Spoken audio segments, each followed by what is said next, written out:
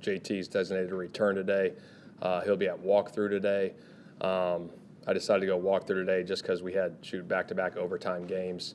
So just making sure these guys are fresh and ready to go for Sunday. So with that, I'll open up the questions. Shane, how involved has JT been just over the course of training camp and these first 4 weeks? He hasn't been in the regular routine, right. But just in terms of meetings and scheme and everything else, is he fully up to speed there, you think? Yeah, I think so. With OTAs and training camp and stuff, being around, the system, obviously the verbiage stuff, he's heard it all, obviously in the meetings, getting ready, today and all that stuff. So taking his notes, getting ready, with anything. Obviously, he's been around it, but anytime you sign a player, right, you sign players on Wednesday that start on Sunday. So, feel good about his mental. Shane, do you feel like him missing today, is 2 practices enough for him to even play on Sunday?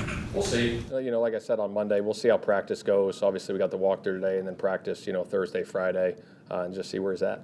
How important is it for him to learn Anthony's tendencies on the field and work that into the RPO game and all that? Yeah, no, that's a good question. I think with anything, obviously, you got to get that chemistry going with those 2 guys in the backfield, obviously with his own read stuff and when he's pulling it and when he's reading different things. So we'll get that working this week and see where it goes. Shane, you mentioned that he was excited to be back. Obviously, I'm not going to ask for detail on what he said or whatever, but what did he show you or display to show his excitement? There was a private conversation, just getting ready to go. Obviously, you guys are competitors and want to play football. And like I said, he's excited to be back with his team. Shane, we know that Shaq Leonard's been through a lot surgically and all that. Is he 100%? I don't mean healthy enough to play. Is he explosive like he's always been, or is he still trying to get all that back? Yeah, I think with anything, you go through a serious injury like he had, it's not just an overnight thing. You got to get back in the repetitions of full speed contact and all that stuff. So continue to ramp up. Obviously, played 4 games, and we'll continue to ramp him up as the season gets going. How does JT's presence in the backfield potentially help the passing game? When we talk about his tandem with Zach, but just in general having him back there. Yeah, no, it's huge. When you got an explosive player like him in the backfield that can hit the home runs, obviously, you might get heavier boxes, obviously with him running the football, and then, leaves some, shots down the field, depending on how defenses are playing it, but definitely has a huge element to our offense. Chunk plays are his thing, and I know he's just starting out of the gate, but just how transformative can those chunk plays be for your offense? Oh, they're huge. You create explosive plays offensively, your percentage of scoring goes way up, and when we started hitting those chunk plays last week, we started scoring points. So anytime you can create those explosive plays, it's going to help.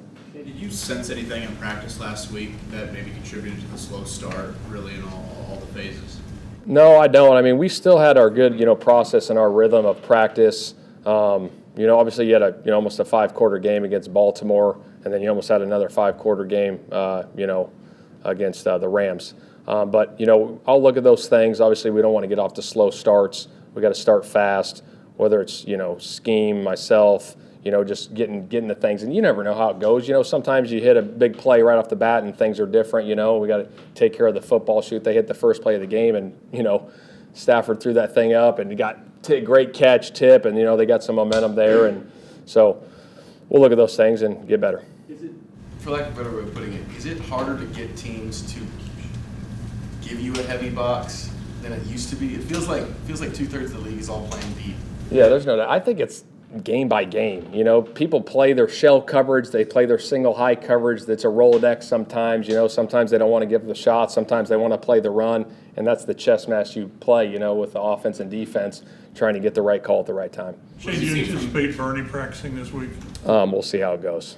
Yeah. What have you seen from Anthony just in how he's kind of digested the film over these first couple of games? He's been great. Just watching the tape with him and just hearing his thoughts on what he sees has been great. And you can see, just the little things. He sees them too, you know what I mean? Before we even say it, it's like, that little thing was off by a little bit, So just the growth from him as a player has been great, seeing those things. Speaking of running backs, you guys are facing off against Derrick Henry, who had the best game of his season thus far this past week. How big is it to try to contain him and slow him down to get a victory on Sunday? Yeah, there's no question. He's a heck of a runner, big-time runner, got explosive speed, big guy, hard to tackle. So we got to get population of the football and make sure our defense is flying around and swarm tackle because he is hard to bring down.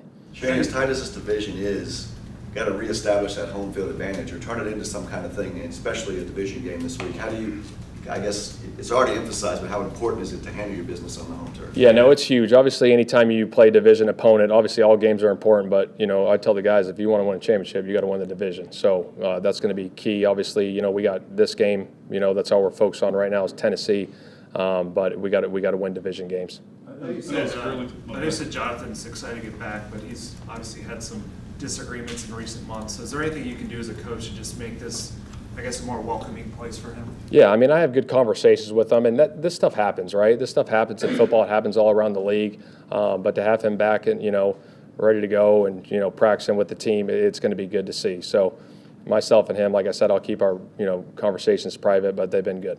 Chris just asked about the division. I mean, it's early, but it does look like no one's going to just run away with this thing. Do you have that sense already that it's just going to be a competitive division? Yeah, it would definitely be a competitive division, but you'll kind of find out, as we get going. We're 4 weeks into this thing, and then you get to week 8 and week 10, and then you kind of see like, shoot, this team's humming pretty good, and they're hitting on all cylinders or whatnot.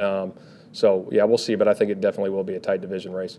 When you went back and watched Anthony from Sunday, it seemed like inside versus outside the pocket created a lot of big plays. Outside of the pocket, inside a little bit less efficient. Is that what you observed? Yeah, he hit some. I mean, I think it was 50-50. I mean, I know he completed 11 passes, but the ones he did, hit, they were explosive plays. Obviously hit some scrambles. Like I said, the one he threw to Pierce, he was in the pocket, hit the big play. The one he threw to Downs, he was in the pocket, hit the big play.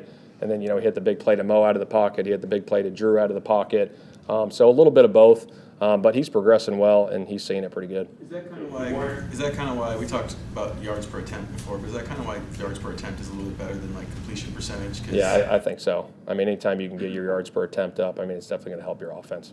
Where is Ryan Kelly at in the concussion protocol? He's still in protocol, but he's progressing well.